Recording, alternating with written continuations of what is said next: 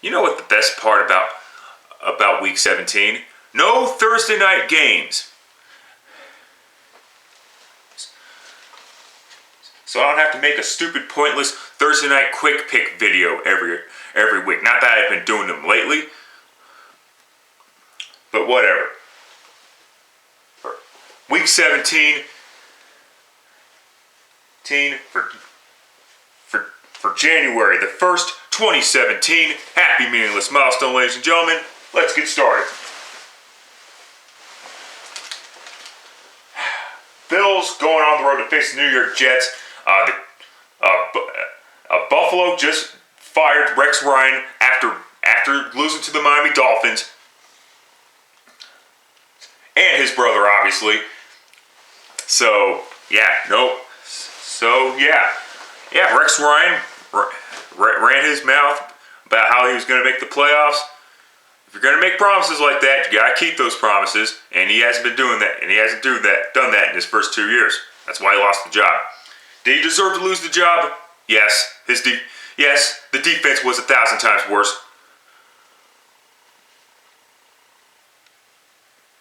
And this was this was Rex and Rob's defenses. So, give me a break. With that being said, take the Buffalo Bills to win this game. The Jets, they are fucking garbage. This is a meaningless game, as far as I'm concerned.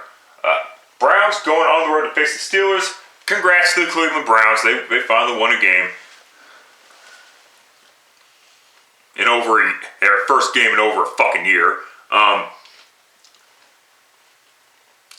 the Steelers, congrats. They clinched the AFC North once again. And now are the only threat in the AFC to knock off the New England Patriots.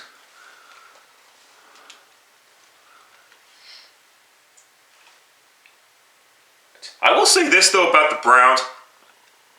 This is a meaningless fucking game. Let's get that out of the fucking way. This may be about seeding, but for the most part, it's a pretty meaningless game. Take the Steelers to win anyway. But I will say this: Robert Griffin III, in his limited number of starts, hasn't been doing all that bad. I don't think anybody's been questioning his ability, although I have it on occasion. But for the most part, I think most of them have been questioning his health. And I think he gave himself a concussion against the Chargers. That being said, I think the Browns are going to go 1-15. They gotta keep pace for the number one overall pick. So, yeah, moving on.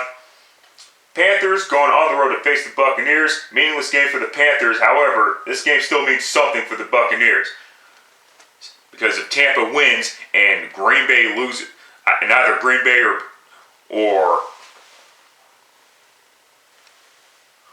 Detroit lose, and they definitely need Washington to lose, the Buccaneers are in the playoffs. And of course, the Buccaneers need to win. I think they're going to win, but I don't think it's going to make any fucking difference. Although, last time these two teams met, Cam Newton was not playing. But this year, Cam Newton hasn't been playing all that fucking great. Okay, let's call it for what it is. He has not been playing great this year. Their defensive line has been doing well. Their secondary, however, not so much.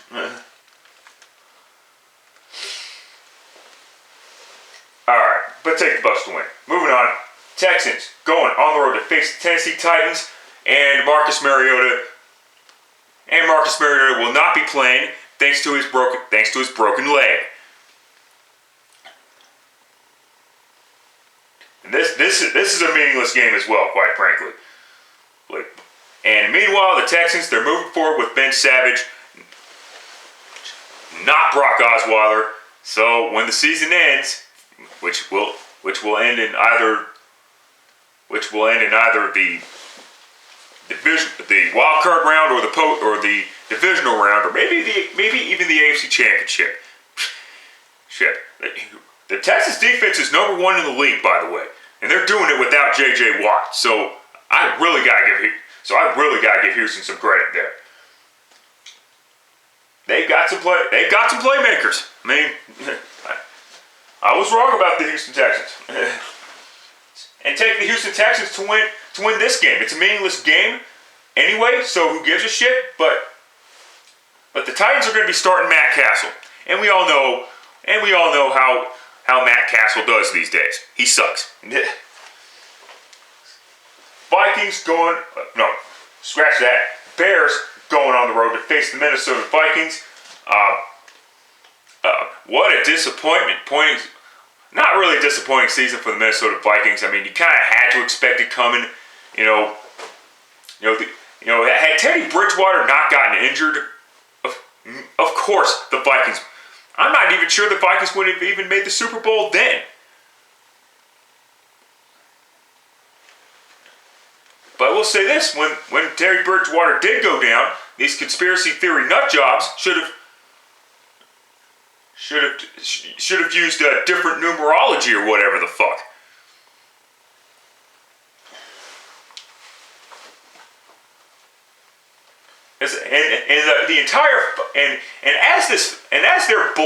As this whole fucking bullshit was going, when the Vikings were having issues at quarterback, they were making this fucking bullshit up as it went along. Okay, that's fucking bad. Take the Vikings to win this game. I don't see them finishing 7-9. The Bears, they suck, and look for John Fox to be fired. It's time to start over for Chicago. I mean, it is what it is. Cowboys going on the road to face the Philadelphia Eagles. Another meaningless, pointless game. However, I understand the Cowboys are going to be playing their backups, but I don't see the Cowboys going 3-3 against their division. I mean, really? I don't see it happening. I could be wrong there, but take the Dallas Cowboys to win. All right. Continuing. This game does have meaning. Patriots going on the road to face the Miami Dolphins. Dolphins are going to the playoffs for the first time since 2008. Congratulations to the Miami Dolphins. And they took care of their own business to do so by beating the Buffalo Bills. It helped. I mean, they only helped their cause even further thanks to the Kansas City Chiefs beating the ever-loving shit out of the Denver Broncos. More on that later, ladies and gentlemen. Tough game for me to pick. I have not been doing these all fucking year, but it's coin flip time.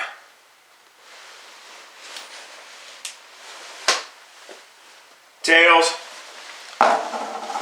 Take the Patriots. They're gonna finish 14-2. They've already won 13 games for the first time since 2011. Not that 12-4 is a bad fucking record, but it is what it is. Kind of a meaningless game for the Dolphins because who cares about seeding at this point? If you're a wildcard team, come on. Depends on who you want to face, I guess. Colts hosting the Jaguars. Hey, nice victory by the Jaguars last week and Blake Bortles proved that it wasn't that. I mean, the entire fucking Jaguars team proved that talent was not the fucking issue. It was clearly the head coach. I was concerned about Blake Bortles and his inconsistent quarterback play, but he played. Hey, he played well. I'll give the devil his due there. So it is what it is. However, take the Indianapolis Colts. Oh yeah, and of course the conspiracy theory Super Bowl has been canceled. The rigged Super Bowl has been canceled. Some still say it's rigged regardless, but who gives a shit? Colts, end of story. Jaguars fucking suck. Alright, last of the early afternoon games. Another meaningless fucking game, but in any event, Ravens going on the road to face the Cincinnati Bengals. Look for Cincinnati to win. And Marvin Lewis is coming back for 2017. Of course he is. The owner is cheap, and quite frankly, they don't really There's not going to be a lot of strong coaching candidates for this coming off season once again. It's not fucking happening. Okay. Who's the strongest head coach available at this point? Sean McDermott of the Panthers? I mean, come on. Take Cincinnati win. All right, late afternoon games. Chiefs going on the road to face the San Diego Chargers. The Chargers losing to the Cleveland Browns. If you lose to the Cleveland Browns, how the fuck can you lose to? How the hell are you just gonna beat the Kansas City Chiefs? Not fucking happening. Take the Chiefs to win this game. End of story. Seahawks going on the road to face the 49ers. Seahawks still have a first round bye to play for. But they need some help doing that. They need Atlanta to somehow lose to the New Orleans Saints. Take the Seahawks to win this game anyway because the 49ers suck and bye Chip Kelly. The 49ers will be looking for a head coach. Will be having a new head coach for the third straight year. Wonderful. Cardinals going on the road to face the Los Angeles Rams. Last time these two teams met, the Rams were off to, I believe, a 3-1 start. How they got off to a 3-1 start, I'll never fucking know. Should not have fucking happened, okay? No, should not have fucking happened. But whatever. They shouldn't have beaten the Seattle Seahawks. They damn sure shouldn't have gone on the road and beaten the Arizona Cardinals. But it is what it is, however. And Cardinals they have a losing record no matter what. Thanks to that fucking tie. That being said, take the Cardinals to win anyway. It is what it is. All right. Raiders going on the road to face the Denver Broncos. This has been a tough game for me to pick. Derek Carr, speaking of broken legs, Derek Carr is out with a broken leg. And who knows what's going to happen moving forward. The Raiders, the thing is, the Raiders, they're still a good football team. And, of course, Amari Cooper and Michael Crabtree might not play, however. They're questionable with some injuries as well. Which could leave the Raiders to running the football. And the Broncos are like one of the worst teams against the run this year. Their defense hasn't been playing. That's the thing. Their defense, they have not been as good. I've been hearing this bullshit from the Denver Broncos and that their defense was going to be better than last year. Well, being ranked 29th against the run is not being better than last year. Okay, their secondary can only do so much. Damn.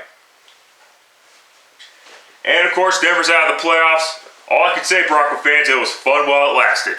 It was fun while it lasted.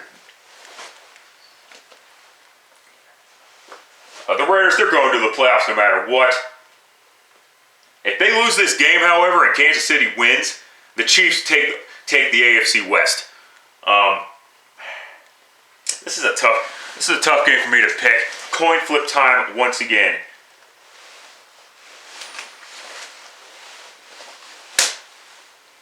Landed tails. Interesting. God damn it. Well, 15 minutes till kickoff starts, so I'll make it quick.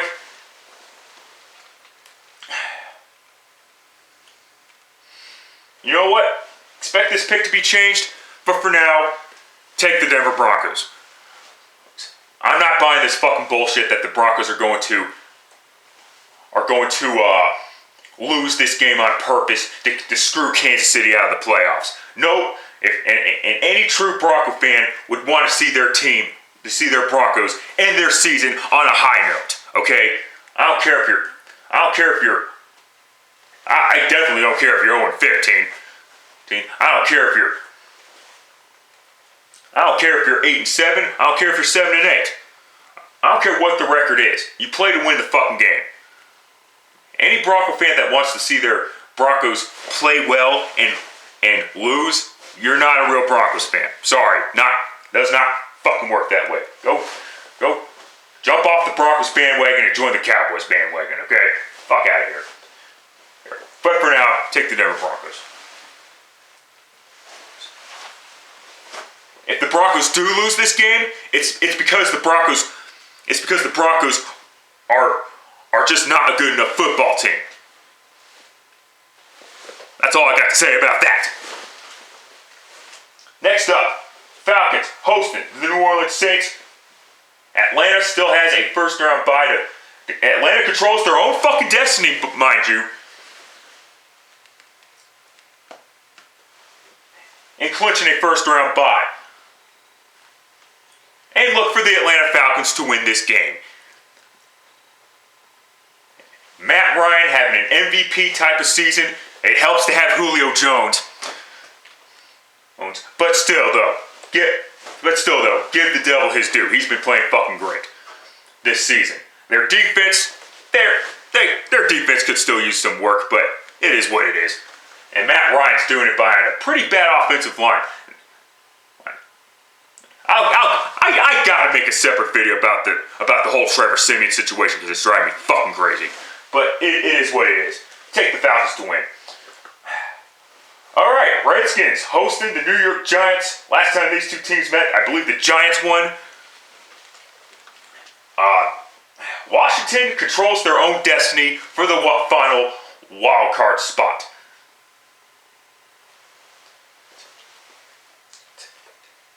The Giants, meanwhile, they have nothing to play for. They have nothing to play for. I mean, they can't really advance as far as seeding goes. They had their shot at clinching the NFC East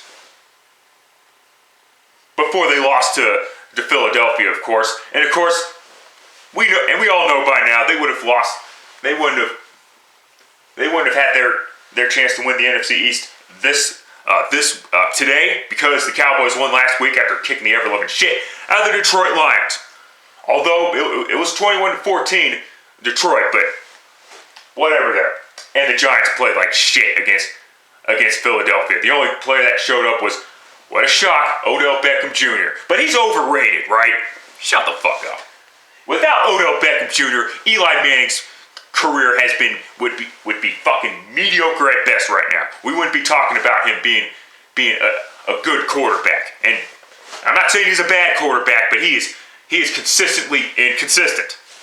Just like the Giants have been. However, the Giants are going to the playoffs. This game doesn't mean jack shit. I'm sure they want to sweep Washington, though. I don't see it happening, however. Take the Washington Redskins to win. The NFC East will have 3 teams in the postseason this year. Moving on, quickly. Last up, final game of the season, of the regular season. Packers going on the road to face the Detroit Lions. This is an interesting one, because should the Washington Redskins lose, and the Tampa Bay Buccaneers lose, even the loser of this game could still somehow make the playoffs.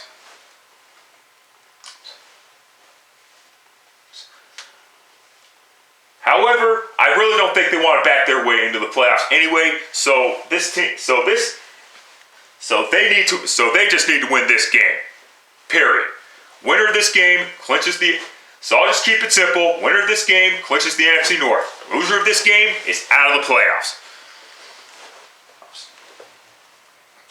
Since I believe Washington's going to win.